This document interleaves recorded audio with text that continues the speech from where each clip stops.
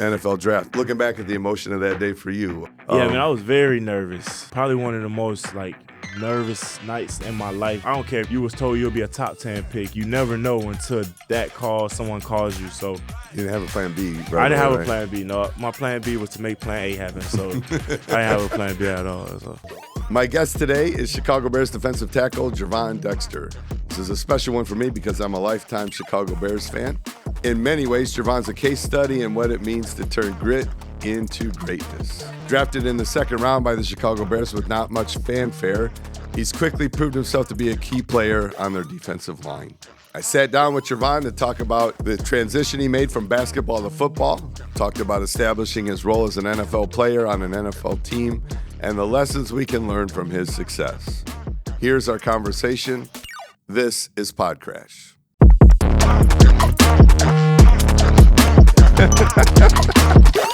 I heard you're looking for an old car. Did you find one? I did not find one yet. I'm still searching for the right one. So I'm still looking. What's the right one? What are you into?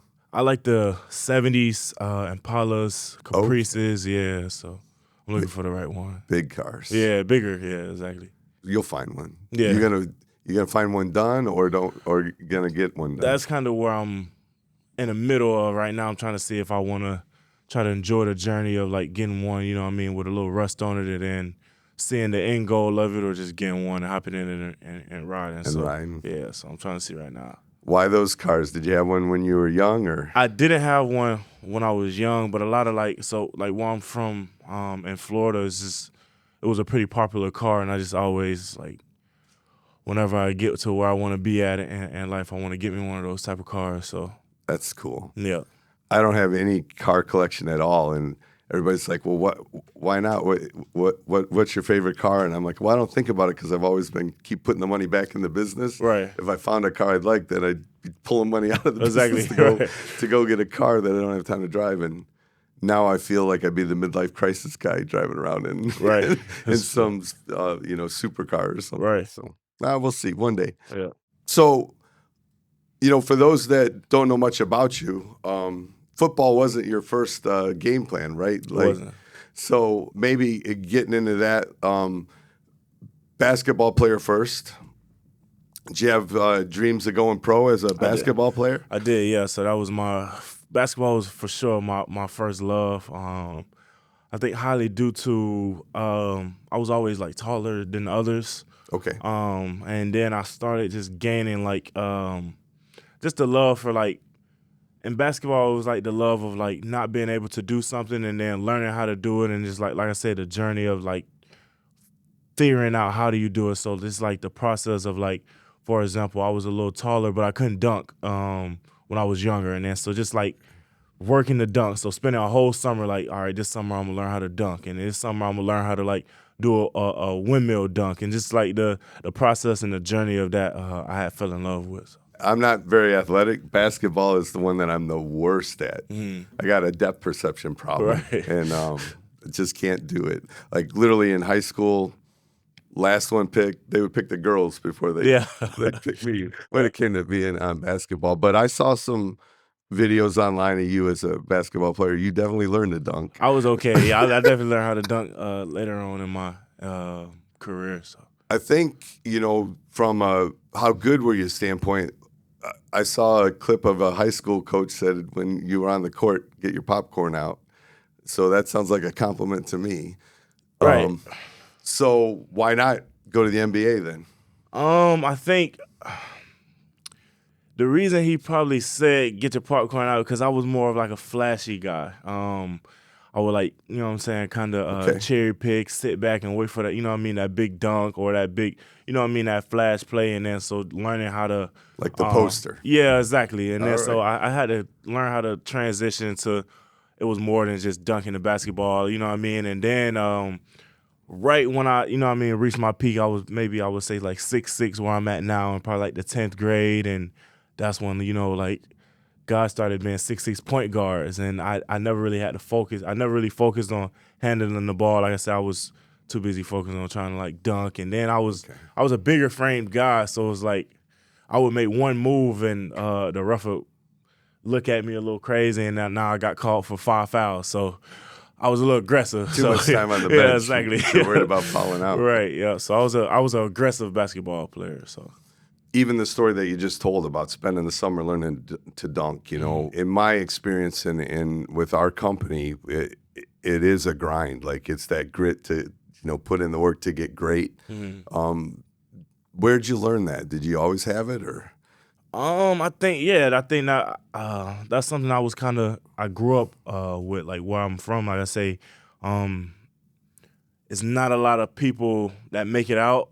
So it's just you kind of see it. You kind of grow up being competitive. Like everyone wants to be, that guy. So just always had that competitive spirit in me, and just wanted, do some that hadn't been done, and so I just kept striving for it. I heard you were close with your dad. He Right. helped you with basketball too. Exactly. Yep. Was that like you excitement for it, bringing him along to help you, or did he put like say a Tiger Woods, like his dad like had him as a kid, just pushed him on? Right. Is that how it was? Or? So I think it was a little bit opposite. So my dad actually wanted me to play football. Okay. So like he would be the one like obviously he helped me like he was there for me when I was trying to play basketball and stuff like that. But he always be like have a whisper in my ear like, man, I think you'll be better at football. I think you'll be better at football. Like you look good in basketball. I think you'll be great in football. So it was a little different. But he would always like, I remember just summers where we spent like running hills and just buying like going like the Dick's Sporting Good and just buying all the the stuff that they say make you jump higher that sometimes don't really work. So definitely. What is the trick, by the way, to jumping higher? I don't know, man. I think just he used to tell me, I don't know if you know what calf raisers is, but okay. Yeah, I used to have a little stair stepper, and we just do like lots of calf raisers and just stuff like that, squats and stuff like that. But I think it's just the muscles that propel you, right? Exactly. Making them stronger. Yeah. All right. Was practice with him fun, or did he push you? Did he have a technique to get under your skin? I can't say fun. I can't use the word fun. I wouldn't say fun. It was definitely it was a grind. I think as I got older, he started to I think I started to realize like it wasn't like the message, you know what I mean? It wasn't like the tone and how he was saying the message. It was where he wanted me to be. So it was tough growing up because he was fiery. Like he was like, okay. This is how I want it, and this is how you need to do it, and this is how we gonna do it. And when you're young, you're just like, man, I just wanna, I just wanna do it for fun. But obviously, I am where I'm at now because of that. So that's great. Yeah. Yeah, I'm thinking about this statement. You'd be better at football if that came right after you just played again, did something in basketball. Exactly. It's like, yeah, exactly. Trying to get at you, right? Right. Let's jump then. The switch to football came about because of the conversation with your dad. Anybody else push that angle? It was a little bit of both. Yeah, I think my dad after going through it with like my mom was like no football. My dad was like football. So it was just him versus her at that point. And then my she didn't want you hurting your head, right? That's she wasn't. Yeah, just all the little mother stuff. But she it was kind of him versus it was just them two going at it. Then my high school football coach kind of stepped in and gave my dad an extra push, and we end up going with playing football. So I heard a story about for you. I think it's when something like you wanted to put on a jersey and see how it felt. Is there a story there? Or? Yeah, it is. So I think at that point, me transitioning to football, I think I was in it for all the wrong reasons. I would say I was like in it for like what football could do for me, and you know what I mean. And so I was just like, all right, well, if I'm gonna play. You know what I mean? You, my wife now was one of the like the captains on the cheer team. So I wanted to look like that guy. So I wanted to. We're gonna put the uniform on. I want to wear it with my, you know what I mean, my arms out. So this was like during like it was fall camp of high school football. So it was like the spring. You know what I mean? So. Yep. We're in spring and we haven't even started yet. Like there was no need for jerseys to even be brought out, and I went in the locker room. I was like telling my coach like I want to put on the jersey. Like if I'm gonna play, I want to see myself how I'm gonna look out there, and I put on the jersey, and I had them like taking pictures of me, and I'm posting them everywhere. So that's definitely that's great to own that. Right. I mean, you're not the only one. I mean, I don't know how true this is, but there's stories of basketball player shooting free throws underhand, right? Right. And like the percentage was amazing, Mm. but nobody would do it that way because it don't look cool. Right, exactly. It don't look cool, so they'll do Right. this way and shoot 20% worse percentage, you Right. know, because of the way it looks. So I get it. In that same tone, only 5 people on a basketball court. You get the big poster play, the dunk. I mean, way probably less flashy of a thing on a defensive line.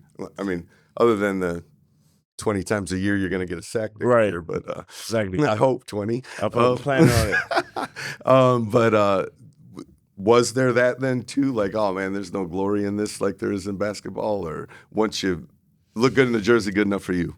See, I think that was when I started to gain the love for football because I found that same, that same love just because I was at 0. In basketball, at least I was 6'6", so it was a little easier. Like I can block a kid's shot who, who's 5'10" or 6 foot. So I think in football it was like 0. You know what I mean? Like, so just learning how to, being able to like rush the pass. I didn't know anything about rushing, the quarterback. I didn't know anything about, shooting out of your hips, like playing with your leverage. And I didn't know anything about football. So just going out there and not knowing anything, it gave me like a new, drive to, all right, now I got to get better. I put the jersey on, so now it's time to at least kind of look like a football player. Was that like first week of practice, or in other words, like like this right here, I'm a disaster at this, I think, in the course of disaster to master, because we're just starting to do it, not that comfortable. So like, when did you start to like, do I belong on this field? Or you had that much confidence it wasn't that bad, it just was, can I become a pro at it? I think how I looked at myself and how coaches looked at me was like completely different. I think coaches seen the end goal, like, oh, this kid, if he learns how to just do it a little bit, he'll be, Yep. I think when I seen myself, I think I was like disaster. Like I thought it was horrible. I couldn't really, get over. They do like the shuffle drill. I couldn't get over the bags and stuff like that. But I think me being able to play like basketball, having footwork on the basketball court, transition to me being able to like move a little better than, some other D tackles. And I think that's what the football coach is seeing. So, but that drive in you and that self-criticism, that's why you are where you are, I'm sure. Yeah, for sure. This is high school, right? Right. And so started to see the hard work pay off. When did you really start to get, was it college started paying attention to you, or when you started to, see the hard work pay off? I think when I noticed I could be pretty good is I went to like a satellite camp. Pretty much a satellite camp is just like, it's a destination at a university. So, for example, my first one was at the FAU. Okay. And all the other coaches from any other schools in the country can come to that satellite camp and watch kids camp. And I think I just like woke up that day and was like, today I don't care what type of move I'm doing, I'm just not gonna get blocked today. Okay. And I didn't have any moves, and I just knew like I'm just gonna try to run through somebody. And I went out there and kind of did that, and then I think I ran like a 40, and I always been pretty fast to be my size. I had never ran a 40. I think I ran it like standing up, and I ran like I think it was a 4.6. I was probably like 260, 70 pounds, and after that day, I probably had almost every offer from all the colleges that was there. So that's when I figured, I was like, okay, I can try to do this. Great confidence booster, right? Right, exactly, yeah, it was. If you're getting that much attention, you got to think, I got a chance at this. Right. That mindset of like, I'm not getting blocked today, like that just comes from the drive of, you talked about it as a kid, like not everybody gets out. And is that where that comes from? That is, yeah. I think that's my mentality as a person, almost. Like, not even just football, it's like my drive and how I attack the day is almost like that. It's like, I'm not getting blocked by an old lineman, but I also, when I wake up in the day, it's like I'm not getting blocked by whatever adversity hits me today. So I try to just like go straight through everything. So that's just my mentality as a person. I say it all the time, like the obstacles are going to be there. Like, right. you might as well just count on it. So right. like, It's how do you go over it, under it, around it, through it? Right. Like, Exactly. For you, it's a real human in front of you, but for us in business, it's the same. Like, it's overcoming those obstacles and running right past them. Yeah. University of Florida is where you went, and I know you got a huge fan base there. You're from there, so that selection had to be easy, right? Right. That's where you wanted to go. Mm. Right about then's when your father passed away, though, right? Right. Like, Yeah. unexpectedly, it must have been. Yeah, it was. Couldn't have been that old. Yeah. How much did that rock your world from like excitement, going to college, gonna go do this? Yeah, it was a tough place for me just because obviously NFL, that was the end goal, you know what I mean? But that was just the start of, you know what I mean, of for him to see like those summers like that I told you about, where we ran the hill, and him telling me, hey, you probably need to try football. So that was gonna be the first time where he actually got to see, like, he was gonna be able to say, I told you, you know what I mean? If you did this or this will happen. And unfortunately he didn't get to see that. So it was kind of tough for me to, you know what I mean, just kind of keep going. Kind of in my head, I was thinking like this whole time I was doing it, not obviously for myself, but just to, you know what I mean, this is what my dad wanted for me. This is what my dad wanted to see. And he made sacrifices as well. Like, you know what I mean? He was a hardworking man, but some days I would, like, if I had a 7-on-7 I played when I was younger, or a basketball tournament or a football game, he would leave work early, you know what I mean, just to see, you know what I mean, me play. So it was tough for me because now he, you know what I mean, he couldn't see not the end goal, but at least one of the biggest accomplishments that I had made. So it was definitely tough for me. I got you. Yeah. You know, I haven't lost my parents yet. My dad and my mom divorced real young, so I wasn't that close with my dad. I mean, I love him because he's my dad, but he wasn't there, so I was never that close. But I imagine it's tough to get through. Did you just put your head down and bury yourself in the work, or is there something that helped you that somebody listening to this might also help them when they face it? Yeah, I think the type of father he was, and just knowing that if I would have turned around and like not enrolled at the university, or if I would have, you know what I mean, went the other way, that would have been a complete opposite of what he, you know what I mean, what our goals were and what he wanted me to do. So I just kind of looked at it like that is like, this was just only the start, you know what I mean? And I still had to finish. And I think about, there was a video that had came out, and it was like I think one of the teammates, I think it was a track meet, and one of the guys got hurt. They were running like a relay. One of the guys got hurt, and he ran past his teammate, and he turned around and put him over his shoulder, and they ran through the finish line together. That's kind of about how I kind of looked at it. It's just like my father's down, but I got to finish the race. So that's pretty much how I got through it. And like I said, my mindset has always been that there's going to be adversity. It might be something simple, it might be something huge. Just like I said, like losing my father, but I just had to go through it. I'm big in on Christ, and just like, you know what I'm saying, believing. That's just how I got through it for sure. I appreciate that. Yeah. Now let's lighten the mood a little bit. Right, yeah. For sure. So difficulty levels, going from high school to college. Mm-hmm. Not much harder. Any big learns that you had to go through? I would say way harder. And I Okay. think that was due to, obviously, I chose a school that was in the Southeastern Conference, so probably one of the best, if not the best, conference in college football. But also a school like the University of Florida is known, you know what I mean? They won national championships. We're known for winning. So I would say it was way harder. But it wasn't the on-field stuff. It was learning how to try to balance, like, in high school, I was a 5-star. Like, I was one of the best D tackles in the country, the #1 player in Florida. So I used to walk around school, like walk around campus, you know what I mean, like top stuff. You look good in the uniform. Yeah, then. exactly.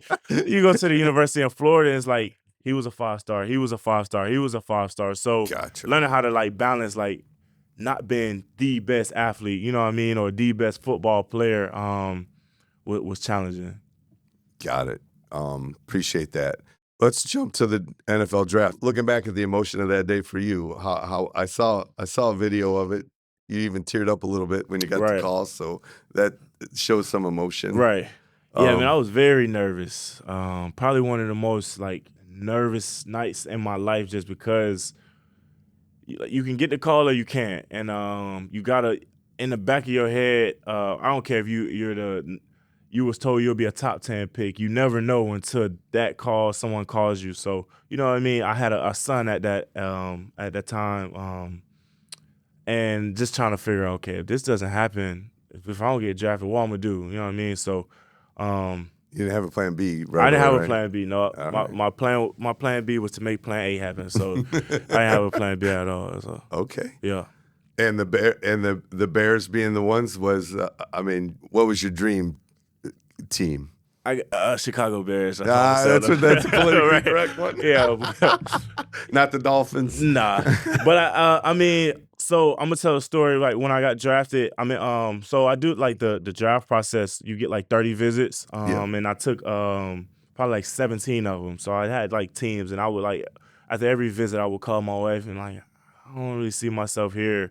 Shockingly, when I came to Chicago, I was like, man, this place is like, it's beautiful because it's in Lake Forest and you see, and then you kind of see like, you know what I mean, the city and everything. So it was like, man, I definitely could see myself playing here, and then meeting like all the guys and just seeing all the guys and how they were working. It was like, I definitely left Chicago thinking like I'd be okay with being here. Like I would like to be here. So it was cool. There's worse than this. That's for Yeah, sure, exactly. right? 100%. All right, different kind of advice question. Go back to 10-year-old you, the one that wanted to be LeBron James, Right. right? Right. Like, what would you tell yourself? Man, I would probably tell myself, enjoy the journey. Often people, I'm included, you have an end goal that you want to get to, and you kind of forget that it was the journey of going through some of the stuff that made it fun. You know what I mean? And everything, nothing's gonna happen overnight. Like, so I would just say enjoy the journey, enjoy the process, enjoy the people that you meet through the journey, and take it day by day. That's good advice.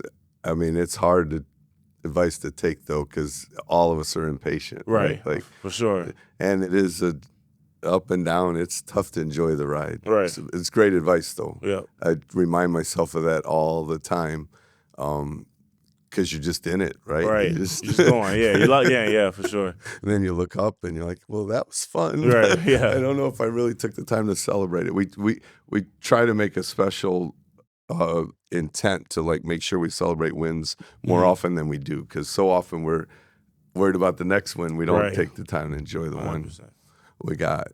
You know, from your journey, anything that a listener, like, is there something that they could take from your journey? I think just enjoying the people that you meet throughout the process. Like I've had AAU coaches, I've had teammates that, you know what I mean, that I still think about to this day and still communicate with this to this day, that if I didn't play basketball or I didn't do football, that I probably wouldn't have been able to meet. When I was younger doing the AAU, I was able to go to like different states at 14 and 15 years old because I was playing travel basketball. So just the journey of, you know what I mean, just there's nobody too little. There's like I said, I've been able to meet some pretty big athletes and homeless people, and to me it was the same, you know what I mean, because it's just the knowledge that people have, you get to learn from. So I would just say everyone's equal, and just learning from, you know what I mean, the journey of meeting new people. So I'm with you on that one. I think you can learn something. Yeah, I can learn something from anybody. Right, I exactly. just might have to ask a few questions and figure out what they're good at. 100%. But my son's better than me. He's 8 years old. He's better than me at video games and stuff. I can learn from him. Right. Like, so just shows you from anybody you can learn something. Mm-hmm. You know, I asked you about from high school to college. Is it just as dramatic from then college to the NFL? I wouldn't say so. No, I think because in college you gotta kind of balance school, you kind of gotta balance been able to, you know what I mean? Like they got the 6 a.m. runs in college and Okay. all of that stuff. And in the NFL, you kind of get to take a little load off. You don't go to school anymore. You kind of get a little more free time. You get like a huge off season, like a couple months during the off season to kind of relax on, you know what I mean, football. So it was a little bit easier. I think the rookie year, like that first year is pretty bad just because you got rookie mini camp, you got all those stuff. But as you kind of get settled in, it's a little easier. Do rookies get kind of welcome to the team with some practical jokes or some hazing, or I wouldn't say is it big deal being a rookie? it's still a big deal being a rookie. You still get, you know what I mean, you pay your rookie dues for sure. Okay. Yeah.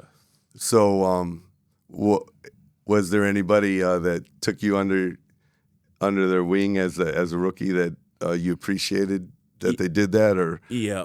So I had a great veteran, Justin Jones. He's with Arizona now, but yeah, he definitely took me up under his wing, kind of showed me, you know what I mean, like, you know, the do's, the don'ts, how to get better, the taking care of your bodies. Him and Andrew Billings Okay. helped me, you know, as a rookie. So That's great. Now, how are you as a teammate, especially to like a rookie or somebody new to the team? Are you take your time getting to know them?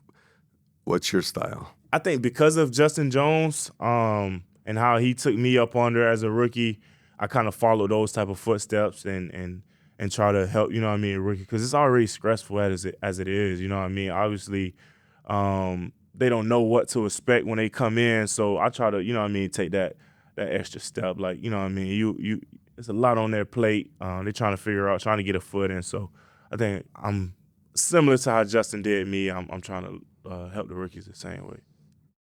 What if there's somebody? I mean, so many personalities. There's got to be. Right. You can't love everybody.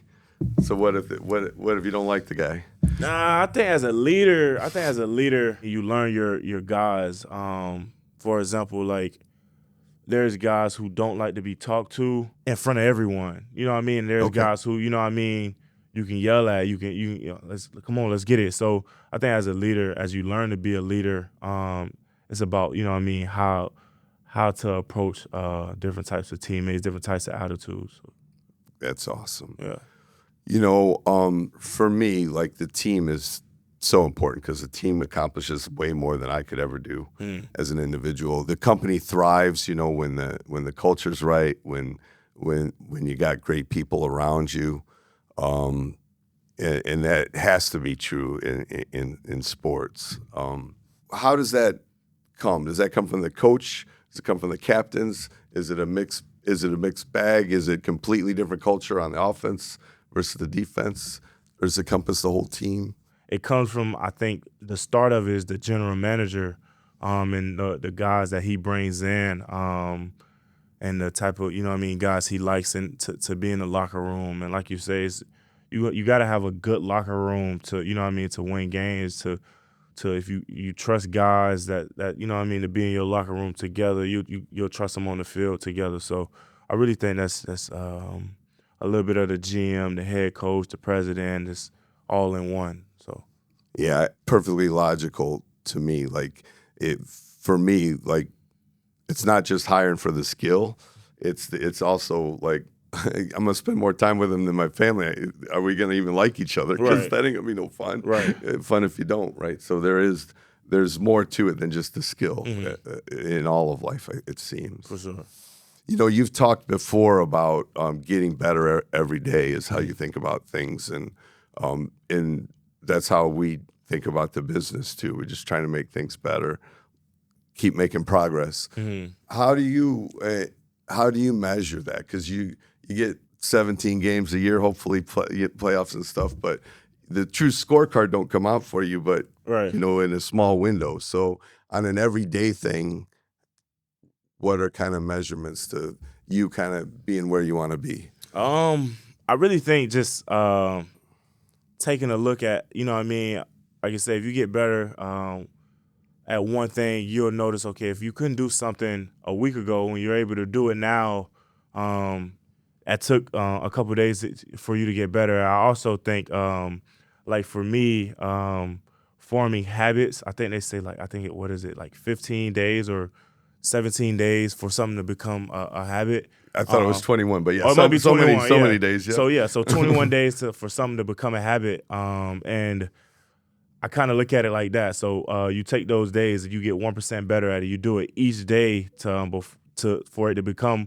you know what I mean, something that you're doing each day to get better. So I just look at it like just getting better, and just taking it from there and seeing where you're at, and setting a goal. So if you say, all right, well, I want to get better at this in a week, and you get better at it in a week, or okay, I want to get better at this and do this in 2 weeks, and just setting those goals and trying to go get them.